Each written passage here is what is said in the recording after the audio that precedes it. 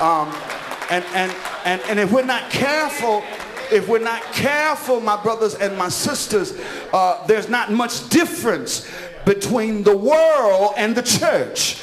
But somewhere the word declares that we cannot be conformed to this world, but we've got to be transformed by the renewing of our minds. And I know I can tell by your expressions that I'm almost past 15 minutes, but the Bible says that if we stay connected to the vine, if we stay connected to the Christ, if we stay connected to him who gives us life, that we will produce fruit.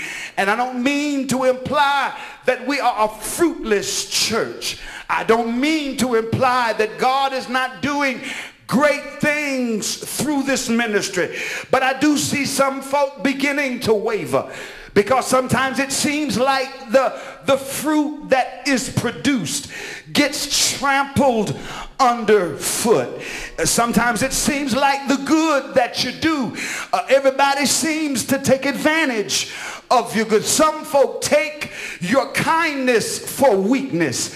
Some folk use and abuse the love that you give to your brothers and your sisters. I recognize that sometimes seeing the fruit that God does produce, the love, the joy, the peace, the long suffering that God is able to produce in you, it's hard sometimes to watch folk use and abuse what you try to do in the name of the Lord. But I just wanted to tell you to keep on keeping on and stay in the race. Don't ever let go of God's hand, because God has a way of taking the mess of our situations and bringing some meaningless or some meaning out of the mess. God has a way. I'm here to tell you, we don't always understand the ways of God, but if we would trust and never doubt, I don't care what you're going through, God will bring you out. And sometimes what seems like a negative is God moving you to a positive. What you talking about, preacher? Well, I found out when I studied about grapes being grown that they don't just grow grapes to sell at Kroger and Publix, but they also use grapes to make wine. And when they make wine out of the grapes, they put the grapes in a great big grapevine, a wine press. And back in the day, folk would take off their shoes and the ladies would pull up their dresses and the men would roll up their pants and step on the grapes. And I know I got some folk in the house this morning who feel like folk are stepping on you.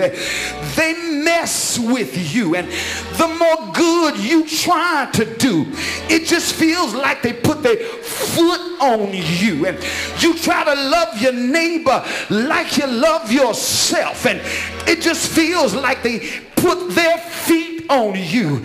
But don't be despondent, because as they stepped on the grapes, it produced grape juice. And when they let the grape juice sit for a while, it began the process of fermentation. And when the grapes had finished fermentation, they had their wine. And I know I got some super sanctified folk who don't understand why Reverend would talk about wine in church. But wine, children, is a symbol of joy.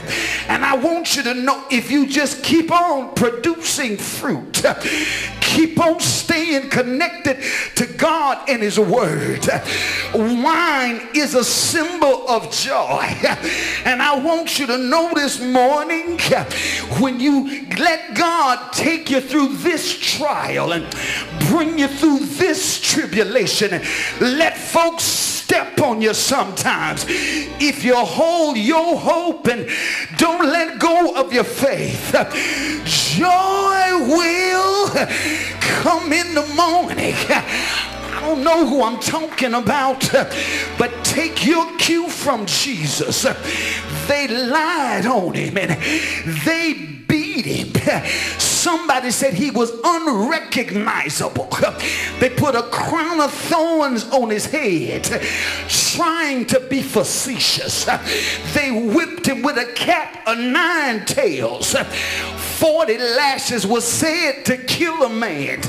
So they were merciful and beat him 39 times. They put an old rugged cross on his shoulder. He tried his best to carry it up the Via Dolorosa. He stumbled and fell, and they called a black man by the name of Simon to pick up the cross for Jesus. And I want you to know, when my sun-kissed sons and daughters feel like the world is kicking you, just remember the songwriter said, must Jesus bear the cross alone and all the world go free? Now there's a cross for everyone, and there's a cross for you and me. He went up to Calvary's cross. Y'all know the story. They stretched him wide, then hung him high. He bowed his head. For you and me he died. And the devil thought it was the end of the story. But somebody's a witness. If you keep the faith and do not turn around, let God have his way. God will in his own time. God will in his own way resurrect your situation. And 3 days later, I wish I had a witness in here, he walked out of the grave.